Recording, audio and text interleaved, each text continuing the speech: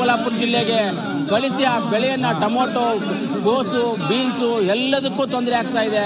ಅದರಿಂದ ಸೈಂಟಿಸ್ಟ್ ಅನ್ನ ಅಲ್ಲಿಗೆ ಕಳಿಸಿಕೊಟ್ಟು ಏನ್ ರೋಗ ಇದೆ, ಅದಕ್ಕೆ ಏನ್ ಔಷಧಿ ಹೊಡಿಬೇಕು, ಏನಾಗಬೇಕು ಅನ್ನೋದನ್ನ ನಮ್ಮ ಸರ್ಕಾರ ಎತ್ತೆಚ್ಕೋಬೇಕಾಗಿದೆ.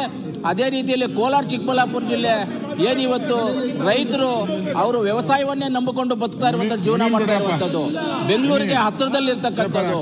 ಇದರಿಂದ ಆ ಬೆಳೆಗಳನ್ನ ನಾಶ ಆಗ್ತಾ ಇರೋದಕ್ಕೆ ಇವತ್ತು ಟೊಮೊಟೊ ರೇಟು 1000ದಿಂದ 1200 ರೂಪಾಯಿ ಇದೆ ಒಂದು ಬಾಕ್ಸ್. ಆದ್ರೆ ಇವತ್ತು ಆಂಧ್ರ ಪ್ರದೇಶದಿಂದ ಟೊಮೊಟೊ ನಮ್ಮ ಕರ್ನಾಟಕಕ್ಕೆ ಬಂದು ನಮ್ಮ ಕರ್ನಾಟಕದಲ್ಲಿ ಇವತ್ತು ಜಾಸ್ತಿ ಆಗ್ತಾ ಇದೆ. ಅದರಿಂದ ತಾವು ಒಂದು ಮಾರ್ಗದರ್ಶನ ಕೊಡಬೇಕು ಸರ್ಕಾರಕ್ಕೆ. ಈ ಟೊಮೊಟೊ ಬೆಲೆ ಜಾಸ್ತಿ ಆಗಿದೆ, ಈ ಕಡೆ ಟೊಮೊಟೊಗೆ ರೋಗ ಬಂದಿದೆ, ಟೊಮೊಟೊ ಸಿಗ್ತಾ ಇಲ್ಲ. ರೈತರಿಗೆ ಒಂದು ಎಕರೆಗೆ 2 ರಿಂದ 2.5 ಲಕ್ಷ ರೂಪಾಯಿ ಲಾಸ್ ಆಗ್ತಾ ಇದೆ. ಅದನ್ನ ಸರ್ಕಾರ ಎಚ್ಚೆತ್ತುಕೊಂಡು ಅದನ್ನ ಇಮಿಡಿಯೇಟ್ ಆಗಿ ನೋಡ್ಬೇಕು ಅನ್ನೋದು ನನ್ನ ಒತ್ತಾಯ. ಆಮೇಲೆ ಇನ್ನೊಂದು, ನಮ್ಮ ಸ್ನೇಹಿತರೆಲ್ಲ ಬಿಜೆಪಿ ಸ್ನೇಹಿತರಿಗೆಲ್ಲ ಹೇಳ್ತೀವಿ, ನಾವೆಲ್ಲ ಜೆಡಿಎಸ್ ಹೇಳ್ತೀವಿ, ನೀವೆಲ್ಲ ಉತ್ತರ ಕೊಟ್ಟಾಗ ನೀವು ಮಾತಾಡುವಾಗ ಯಾರು ಇಲ್ಲಿ ಮಾತಾಡಿಲ್ಲ. ನಮ್ಮ ಸರ್ಕಾರ, ನಮ್ಮ ಮುಖ್ಯಮಂತ್ರಿಗಳು ಕೂಡ ಉತ್ತರವನ್ನು ಕೇಳಿ, ನೀವು ನಿಮ್ಗೆ ಇಷ್ಟ ಇಲ್ಲ ಅಂತ ಹೇಳಿದ್ರೆ ತಿರ್ಗಾ ನೀವು ಹೇಳಿ ಅದನ್ನ. ನಮ್ಗೆ ಇಷ್ಟ ಇಲ್ಲ, ನೀವು ಸುಳ್ಳು ಹೇಳ್ತಾ ಇದ್ದೀರಾ, ನಿಜ ಹೇಳ್ತಾ ಇದ್ದೀರಾ ಅಂತ ಹೇಳಿ. ಯಾಕೆ ಈ ತರ ಸದನವನ್ನು ನೀವು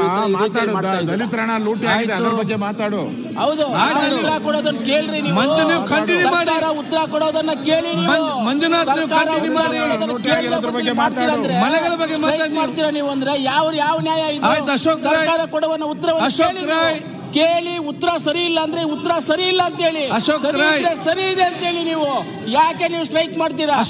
ಕೊಡಕ್ಕೆ ಬಿಡ್ತಾ ಇಲ್ಲ ನೀವು. ಉತ್ತರ ಕೇಳ್ರಿ, ಉತ್ತರ ಕೇಳ್ಬಿಟ್ಟು ಸರಿ ಇಲ್ಲ ಅಂದ್ರೆ ಸರಿ ಇಲ್ಲ ಅಂತ ಹೇಳಿ. ನೀವು ಯಾರು ಬೇಡ ಅಂತ ನೀವೆಲ್ಲ ರೇಗವರಲ್ಲ ನಾವೆಲ್ಲ. ನೀವು ರೇಗಿಸ್ಕೊಂಡಿದ್ರೆ ರೇಗವರಲ್ಲ ನಾವು ಬಂದಿರೋ ಜನಕ್ಕೋಸ್ಕರ ಕೆಲಸ ಮಾಡಕ್ಕೆ.